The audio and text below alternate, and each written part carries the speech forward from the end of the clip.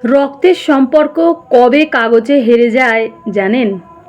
সেদিনই, যেদিন রক্তের উষ্ণতার চেয়ে একটি কাগজের শীতলতার স্পর্শ বেশি বিশ্বাসযোগ্য মনে হয়। যেদিন এক ভাই ভাইয়ের চোখে নয়, তাকায় দলিলের নির্জীব অক্ষরের দিকে। মুখের কথার দাম কমে যায়, স্ট্যাম্প পেপারের দাম বাড়ে। সেদিনই সম্পর্কের পবিত্র দেওয়ালে প্রথম চির ধরে। একসময় যে বাড়িতে হাসির আওয়াজে মুখর ছিল উঠোন, সেখানে এখন শুধু হিসেব চলে।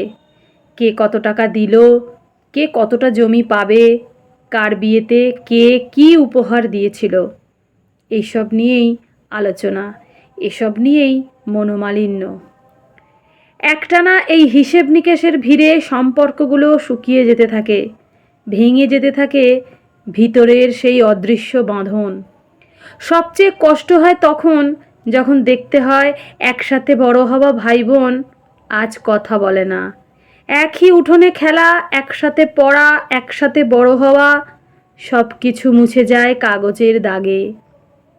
যে দাদা, যিনি একসময় বোনের জন্য ছায়া ছিলেন, আজ তাকান না পর্যন্ত বোনের ঘরের দিকে।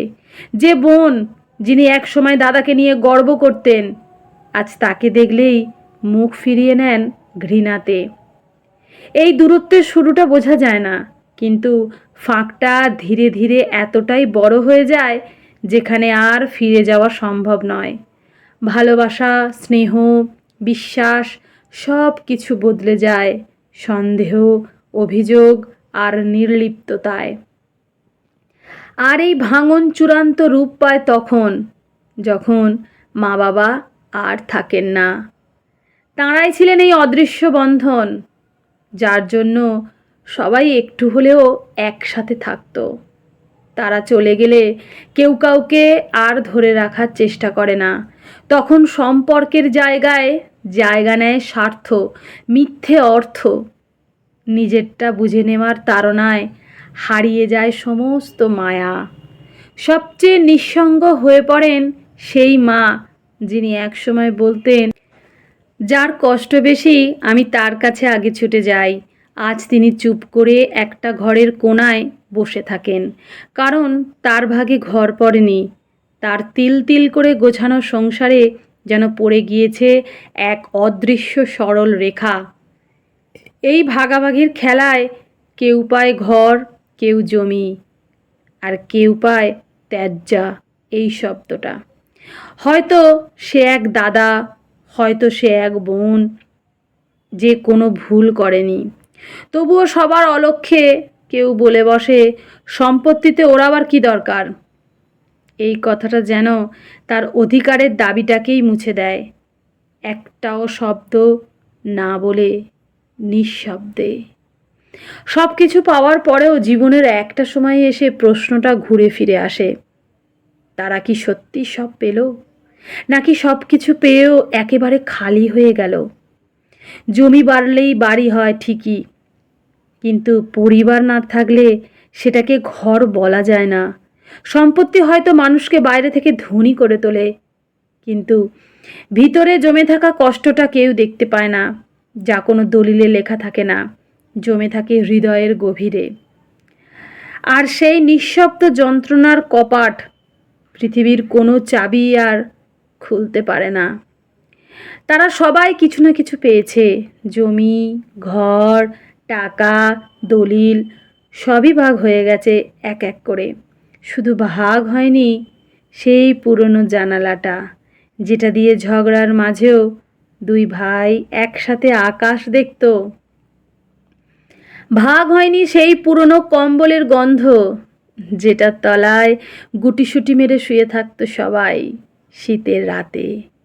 ভাগ হয়নি সেই বিকেলের রোদ, যে রোদে ভাই বোনেরা পাট পাট করে পিঠ দিত উঠোনে শুয়ে। ভাগ হয়নি সেই সন্ধ্যের আলো, যেখানে মা বলতেন, এই সবাই পড়তে বস এখনই।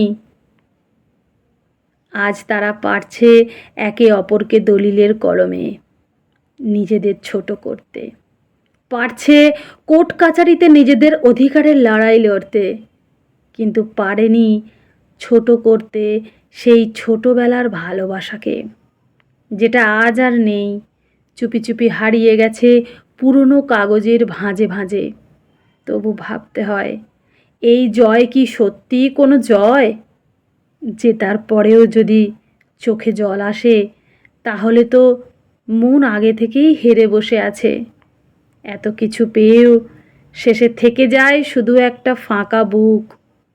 মানুষটাই যদি পাশে না থাকে, তবে কিসের জমি, কিসের দলিল? যার জন্য রেখে যাচ্ছে, সেই বা কি নিশ্চিন্তভাবে সেই মূল্য দেবে? আর যদি দেয়ও, কে বলতে পারে সেই হয়তো তাদের মতোই কোনোদিন সম্পর্কগুলো আবার টুকরো করে ফেলবে, ইতিহাসের পুনরাবৃত্তির মতো। জীবন তো আজ আছে কাল নেই, এক্স রে রিপোর্টের একটা মাত্র দাগেই পাল্টে যায় গোটা পৃথিবী। কিন্তু সম্পর্ক, সেগুলো তো একমাত্র সম্পদ, যা কোটি টাকার জমি দিয়েও কেনা যায় না। সবাই কিছু না কিছু পেয়েই যায়। কারো দখলে আসে বড় ঘর, কারোর নামে জমি রেজিস্ট্রি হয়, কারোর ভাঁজে ভাঁজে থাকে কাগজের গন্ধমাখা কিছু দলিল। আর কেউ কেউ থেকে যায় শুধু একটা পুরনো ছবির কোণায়, একটা মায়ের নিঃশব্দ দীর্ঘশ্বাসে, একটা বিকেলবেলার গল্পে, যেটা আর কেউ মনে রাখে না। তাদের নামে কিছু লেখা থাকে না, তাদের ভাগে কোনো ঘর পড়ে না, শুধু থেকে যায় নিঃশব্দে উচ্চারিত এক শব্দ, অপ্রয়োজনীয়। কিন্তু আসল ক্ষতিটা হয় কোথায়? না, জমি বা টাকায় নয়, আসল ক্ষতি হয় সেইখানে যেখানে একসময় একসাথে খেলা, হাসি আর কাঁদা ভাগাভাগি করা মানুষগুলো আজ চোখে চোখ রাখতে ভয় পায়। যে উঠোনটা একসময় ছিল শৈশবের মঞ্চ, সেই উঠোনই আজ ভাগ হয়ে গেছে কাগজে কলমে। কিন্তু সেই উঠোনের সোনাঝরা বিকেলগুলো তো আর কেউ ফেরত দিতে পারবে না।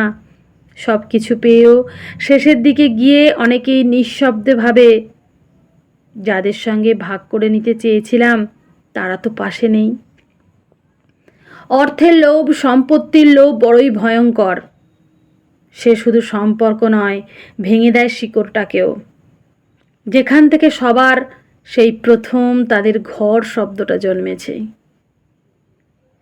লেখা সংগৃহীত, পাঠে অর্পিতা চৌধুরী।